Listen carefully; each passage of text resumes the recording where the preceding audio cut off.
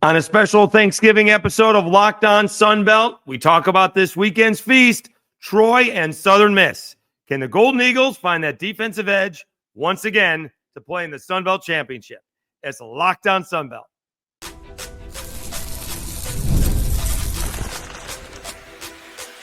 You are Locked On Sunbelt, your daily podcast on the Sunbelt Conference, part of the Locked On Podcast Network, your team every day. All right, Dave Schultz, Locked On Sunbelt, your teams every day. Today's episode brought to you by FanDuel. Right now, new customers can bet just $5, and if your bet wins, you'll get $300 in bonus bets to use across the app. Download the app today. All right, a special edition of Locked On Sunbelt, bringing in my buddy Scott Watkins from the Biloxi Sun-Herald. He will talk Southern Miss, what's happened to this defense. He does actually go into it in pretty good detail. He's very good about that. And we talk about Braylon Braxton's injury and whether he'll be going on Saturday. We also get into coaching in the power in the G5. Moving up from assistant coach is one thing, but he doesn't think assistant coaches at Power 4 schools should come down to G5. Hear what he says about that. And if Southern Miss does not beat Troy, is it a successful season? So we go into all of this over the next 30 minutes or so. So take a breath, undo that belt, although you may not have eaten by the time you're watching this first thing in the morning. So do appreciate it. Hopefully everybody is enjoying a nice Thanksgiving day with their friends and family. All right. He is the Southern Miss beat writer for the Biloxi Sun-Herald. He is Scott Watkins, and he is Locked On Sunbelt. Welcome back to another edition of Locked On Sunbelt, your teams every day. Big ball game in the Sunbelt West this week, where most of our focus is probably going to be at. Troy is heading to Southern Miss with the Western Division a title on the line. Troy comes in off a win over Georgia State, and Southern Miss a tough loss against South Alabama, putting everything in the middle for this ball game, so to speak. We bring in our buddy from the Biloxi Sun-Herald, Scott Watkins, beat writer for Southern Miss. What can you tell me and what's happened to this Southern Miss defense? Because it seems to have disappeared over the last couple of ball games. Yeah, teams have adjusted to what Southern Miss likes to do defensively, and Southern Miss just hasn't countered at this point. The key issue here, on the surface, it's the takeaway opportunities have been taken away. Yeah, that's right. The ball is not being pushed downfield anymore. And they're running it right through the A-gap. They're going lateral with screens, and they're pretty much getting whatever they want because the 4-2-5 is going to give you a numbers advantage on one side of the field, and it's exasperated by the fact that Southern Miss spends most of their time in a show 4 where they rotate between cover 4 and cover 1 and cover 2, but they use that same shell, and it always leaves some section of the field just empty space. And the last two teams, Texas State, South Alabama, they have both taken advantage of that. So at some point, you've got to adjust. Southern Miss has not adjusted just yet. They played a good second half on Saturday, and that could be a start. They were very aggressive offensively, which is not something that they do in the first half of games, but maybe they probably should. All right, so do we see this sort of coming? Because I really didn't. I was kind of looking at over the big picture. And the only thing we saw from the Arkansas State ball game is that the offense sort of struggled. So I don't know if we want to put that on Braylon Braxton's injury, right? When you have 6 turnovers and you have a +4 turnover ratio, you probably should win by more than 6. So they needed all of those turnovers to hang on for that victory. And even the Southern Miss fans who got on Twitter and even, going back and forth with me saying there was heart palpitations as Jalen Rayner was driving down the field and they threw an interception under duress. Big play by Southern Miss. But did we see any of this coming? Because I saw the stats, you put it out there. Texas State and South Alabama basically ran it 2-1 run versus pass, so like 65-35, almost 2-1. But we saw some other teams try to run it and not quite as effectively as those two teams.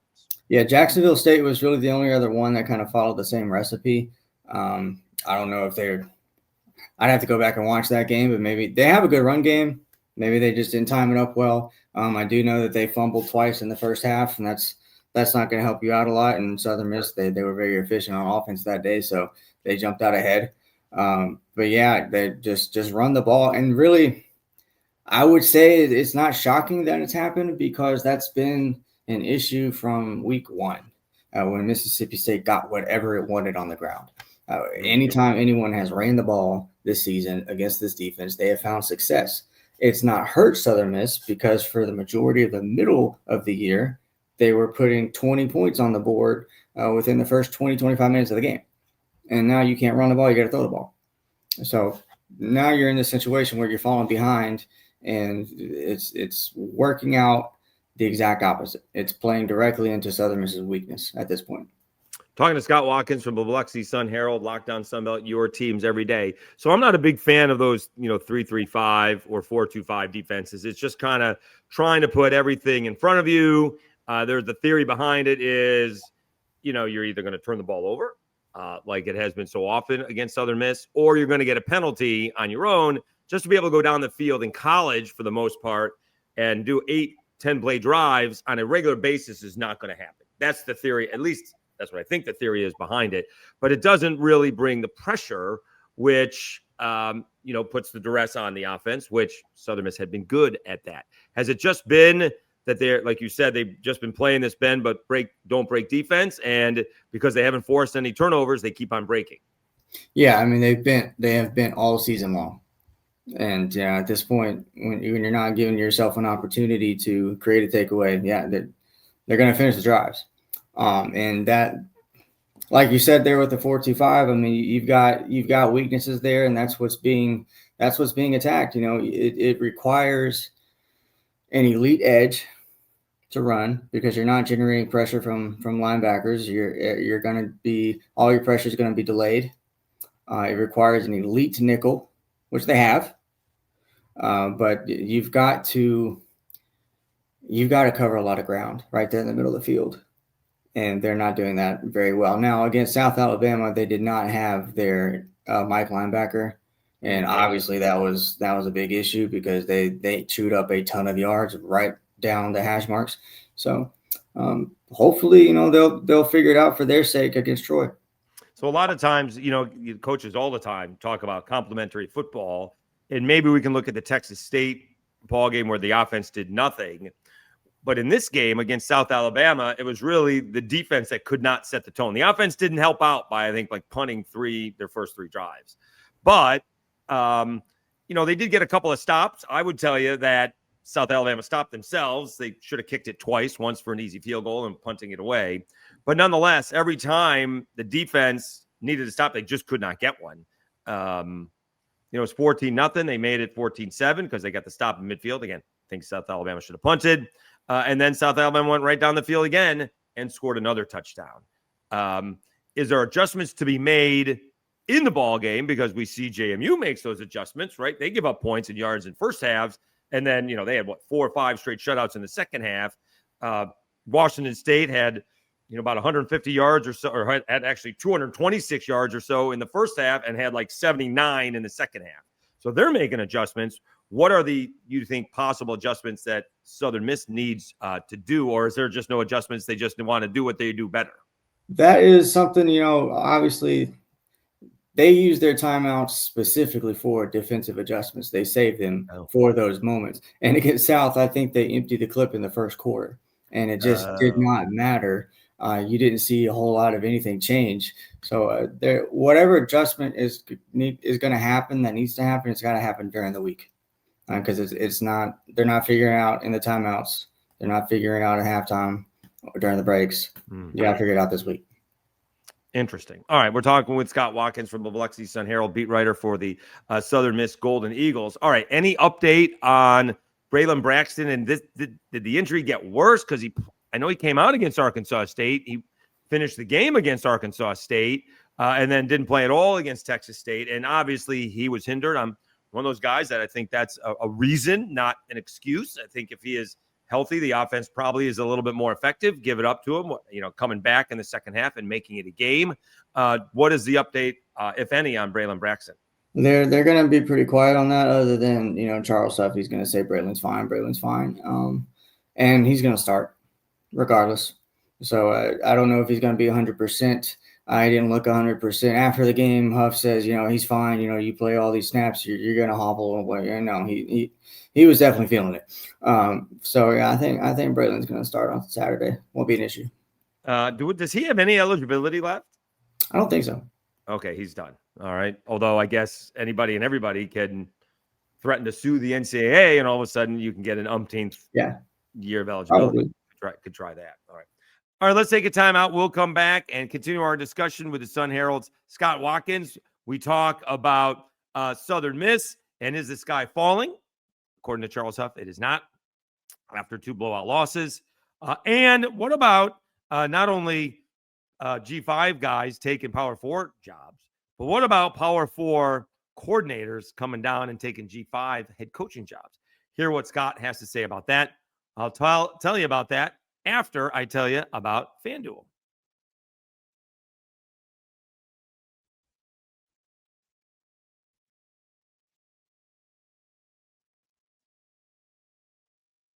The NBA is back, and there is no better place to get in on the action than FanDuel, the official sports betting partner of the NBA. Even if you miss the start of the game or want to ride the hot hand, FanDuel has live bets on everything from who will score next to fourth quarter comebacks. Plus, you can even combine your live bets into a same-game parlay for a shot at a bigger payout. Keeps every game exciting, especially when your team's making that late push. Again, this line, for the most part, has Southern Miss up by 6.5 points at home over Troy. I think that's a little large, regardless of who you think is going to win. That seems to be a little bit big for me. Again, you do have some other ball games. You mentioned Texas State, 9.5 point spread over South Alabama at home, and the Cajuns 9.5 point spread over ULM. Right now, FanDuel is giving new customers $300 in bonus bets when your first $5 bet wins. So head to FanDuel.com to sign up and play your game with FanDuel, the official sports betting partner of the NBA.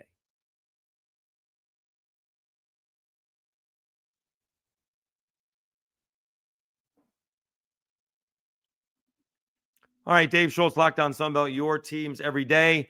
Let's get back to our conversation with Scott Watkins. After 2 blowout losses, is the sky falling in Hattiesburg, or playing championship football in November is much improved compared to recent history? All right, so again, we're talking with Scott Watkins, Sun Herald. We're talking Troy and Southern Miss. So how does Southern Miss? So I liked sort of the idea of what Charles Huff was saying on the second half. He was telling us that the sky was not falling. We just have to make some adjustments and have to learn from these losses. Says I wouldn't change a thing. I think the sky's falling a little bit, right? These weren't 2 close losses. They were blowouts, and his quarterback is banged up. On the other hand, they are playing championship football, so to speak, this week in Hattiesburg. They're hosting Troy for a chance to be in the Sun Belt Championship game.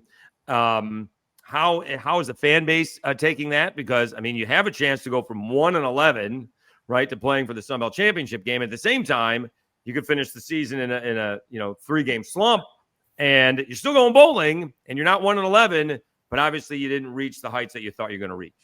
Yeah, it's definitely a mixed bag, as you would expect. I've seen, I think, just about every reaction. I've even seen at least one person on some app he questioned himself, asking if he's happy that Huff is coming back or he's upset that Huff is coming back next year. And that doesn't make any sense to me, but it just kind of highlights the fact that things change week to week. Really you get out to this 7-2 start or 7-3, whatever it was, and you do feel like you're on your way to 10 wins. And it's not just that they lost 2 games, it's that they got demolished at home by Texas State. Yeah. That they lost by 7 points to South Alabama, but that was the most lopsided 7-point game I've ever seen in my life. Right. It didn't look great. So, I mean, it's how they're perceived that definitely, impacts that. But I think as Huff mentioned as well, you went on Saturday and who cares? Right. That's the thing, right? We all overreact, whether it's the NFL or college football, right? It's not the NBA or Major League Baseball where we overreact to one game because there's so many of them.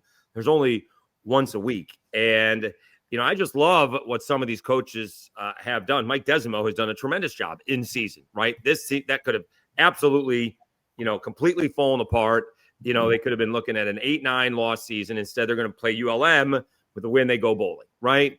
Marshall has all those players leave, and though they didn't play well against App State, still have a chance to go bowling. App State was on a 5-game losing streak. They kick a last-second field goal. They beat Marshall, and Texas State all of a sudden with a chance to go winning a bowl game. Well, you don't lose 5 in a row in the middle of the season and still have a chance to go bowling. So I actually didn't know that Marshall lost. I was wondering why I hadn't seen so many. I was expecting tweets on Saturday night, and I didn't see any tweets, so I guess that's why. It is amazing. Can I tell you, Scott? So it would have been against Arkansas State. I'm out watching an 80s band, right? Because I'm old. And because I have my own little ADD and OCD issues, I can't stop. I just need to stop and not reply. But those same people talking to me about all those Southern Miss turnovers have been very quiet the last 2 weeks. Haven't heard a thing. Yeah. Well, not forcing a lot of turnovers right now. Yeah. So anyways, I want to talk to you about the coaching because I think, basically, I guess Bob Chesney's name has been put out there. Penn State, UCLA, potentially, does Ricky Ronnie join James Franklin as offensive coordinator at Vatech, maybe double or triple his salary? Or does he get another job? I don't know how many times you're going to, win 10 games at ODU, but he's on the pace for doing that. Is Clay Helton on the hot seat? Do you think there's going to be any coaching changes in this? I just don't think I don't think these G6 schools, G5 schools have any money to do any of this, because not only are you firing the guys you hired and gave raises to and extensions to, you got to hire the next guy, and they just don't have the money to do that. I don't think. Yeah, that's true. I would expect some changes. Georgia Southern seems the most likely with Clay Helton. I do think I've seen that discourse so much over the last few weeks. It seems like they might have the money. I don't know.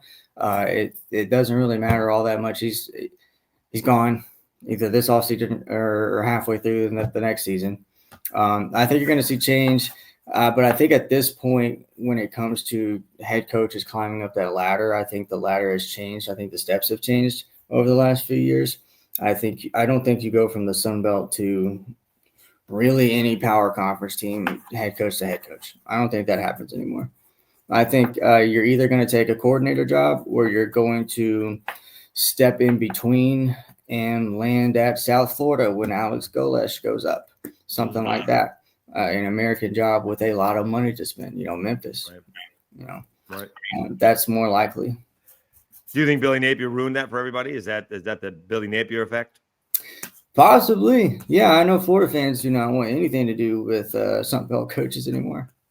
Right. But so my own little theory on that, and it has to do with Kane Womack, and he's in line for a couple of jobs. They don't want any part of him in Arkansas right now. We'll see what happens. He's a Mississippi guy through and through, so we'll see what happens if Lane leaves. Does he get the Ole Miss job? But Kane, after leading South Alabama to a 10-win season, got no part of, as far as I know, a chance to talk to Mississippi State. But they went with Jeff Levy, who has, the same amount of head coaching experience as you and I do. 0. Struggled last year, doing better this year. Mississippi State's much better this year than they were last. But, unfortunately, he followed that 10-win season with, I don't know what happened outside of winning a bowl game in Mobile. So that was kind of sweet. But then he ends up, and I don't know if it's just because he's buddies with, Kalen DeBoer, or, that was more of a, perfect storm type of situation. But it felt like he needed to follow the Jeff Levy idea of, I need to be a Power 4 coordinator to get a Power 4 head coaching job, despite the really good job that he did at South Alabama. Like, they've gone to 4, they're not going this year, but I think they went to 4 straight bowl games or 3 straight bowl games. Like, that's ridiculous. Like, that does not happen with South Alabama. And he could not at all get a job. And all of a sudden now, whether people want him or not, he is at least interviewing for jobs. At least his reaction today when asked about it, said he wasn't going to talk about it, which kind of leads you to the idea that he's talking to some people about it. So do you think that's the way that these coaches are going, that I can go make double my salary maybe as a coordinator, not have to worry about head coach, and then do a good job there, and then get that power 4 job. Yeah, it's absolutely not worth it head coaching at this level, because you're not, one, if you do succeed, you're not going to get anywhere. Two, if you don't succeed, well, you just cooked your chances right there. So that's why I think in the recent years you've seen these coaches kind of up and leave their jobs and take coordinator roles, even position coach roles. Georgia State fans, they miss their old coach a lot right now. Yeah, I mean, absolutely. It's just not worth it to be in this role. Every time I see a coach, take a job, I'm just like, why would you do that?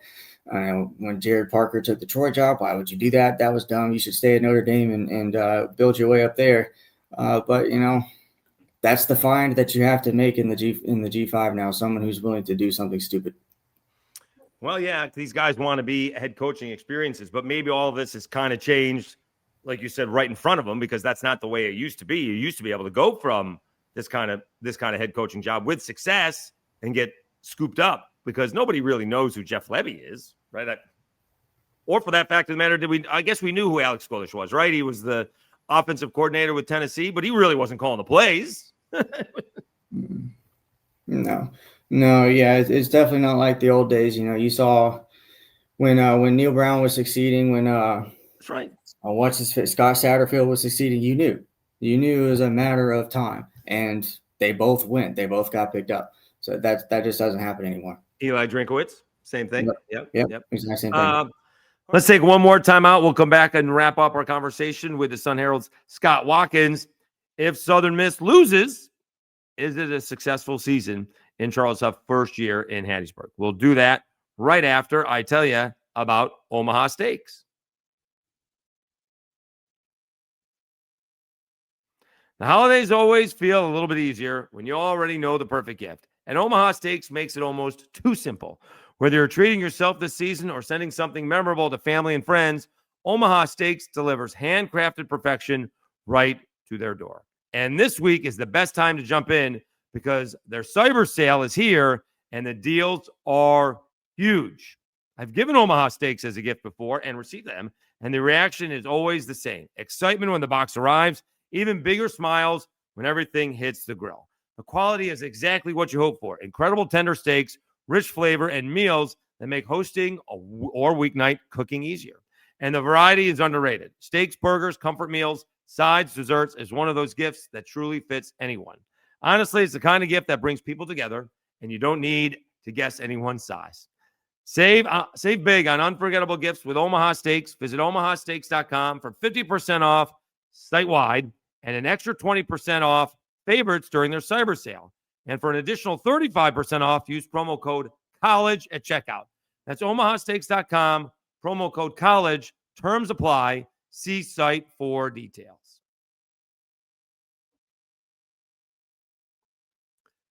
All right, Dave Schultz, Locked On Sunbelt, your teams every day. Let's wrap up this special Thanksgiving edition of Locked On Sunbelt with our buddy Scott Watkins from the Biloxi Sun-Herald. Would it be a successful season? They have won 7 ball games. They're going bowling. But if Southern Miss comes up short against Troy, was it a success under first-year head coach Charles Huff? All right, so let's go back to what we were talking about. Kind of led you there, and you did answer, but let's talk about that again. We're talking with Scott Watkins, Biloxi Sun-Herald, Locked On Sunbelt, your teams every day. Is this a successful season, whether Southern Miss wins or loses against Troy? That's a great question. I think compared, relative to preseason expectations, relative to recent program history, yeah, I mean, you can't walk away from it saying, this was a failure of a season. Right. You got a winning record. You're going back to a bowl game. That's something you've done one time, I think, since in this decade. And you were just the worst team in all of college football. So take it. You're not going to be totally satisfied with it, and I think that's fine. I don't think you get anywhere beyond that if you're, complacent and say, hey, 7 wins, this is cool with me. You want more, and that's okay. This is also a successful season, and that's okay. So it kind of does also depend on when you do it, because if you turn it around, say they started out 1-4 and they rolled off 7 straight wins to win the Sun Belt West, it'd be a fantastic season. Like I'm saying about Desimo and the Cajuns, just for them to have an opportunity to go bowling is an amazing coaching job. Obviously, right now, I guess it depends on what happens Saturday. Bob Chesney is going to win that Sun Belt Coach of the Year, which I think Huff had it wrapped up a couple of weeks ago and could still win it. Like you said, they went from the worst team in FBS. Charlotte, I think, has that title right now, or maybe Syracuse Orange did not look good the other day. But Chesney's probably going to win Sun Belt Coach of the Year. But nonetheless, that doesn't change the fact that, like G.J. Kinney did at Texas State, Huff has raised those standards again, where the floor is going to be 7-8 wins now instead of. And with the transfer portal and NIL, we don't have to wait 3 or 4 years to turn things around. We turn it around in one season. Yeah, and he has to be careful not to do what Kenny did, is raise the floor and the expectation so high that it comes back and bites you. As Texas State has not really, met expectations in the last couple of years. They have not. This season. Yeah. They have not. Yeah, not to make excuses for them, but everybody said that it was an odd conversation going on Twitter. Like they had packed it in and they're ready for the Pac-12, which I don't know about the players, right? Because at least 1/3 of the players are not going to play next year for Texas State. That's the way it always goes. But they had all these like they lost to Arkansas State because of a missed extra point, right? That's not coaching, right? They lost to Marshall in double overtime. They were up on Troy 28-7, right? They weren't getting blown out in any of these ball games. They came from behind to make it close against the Cajuns. But that was about it. And then, they struck gold when they beat, Southern Miss the way that they did. So I do find it interesting. It all depends on the timing of your winning streak or losing streak. Yeah. The way fans feel about your team. Yeah, you're absolutely right. And that's just how momentum works. You end hot and you feel good about the next year. You end slow and you don't. I know there's Mississippi actually does have sports gambling. Although, do you have it on the app yet? Have the casinos allowed to have it on the app yet? No, can't do it on the app. Okay. Nonetheless, I need a little help because you're a numbers guy. You crunch the numbers. I need to know how Southern Miss, and I don't care who we think is going to win. That doesn't matter in this case. Southern Miss was a 1.5 point, started out as pick'em and ended up being a 1.5 point favorite at South Alabama. South Alabama was a 3-win team. Now they're playing at home against Troy, who's a 7-win team, and they're 6.5 point favorites.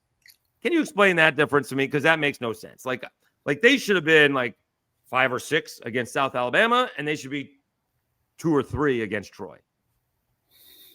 Based on what Vegas has done recently, that makes no sense to me whatsoever. To me, just in a vacuum, that makes sense. I don't think Troy's very good.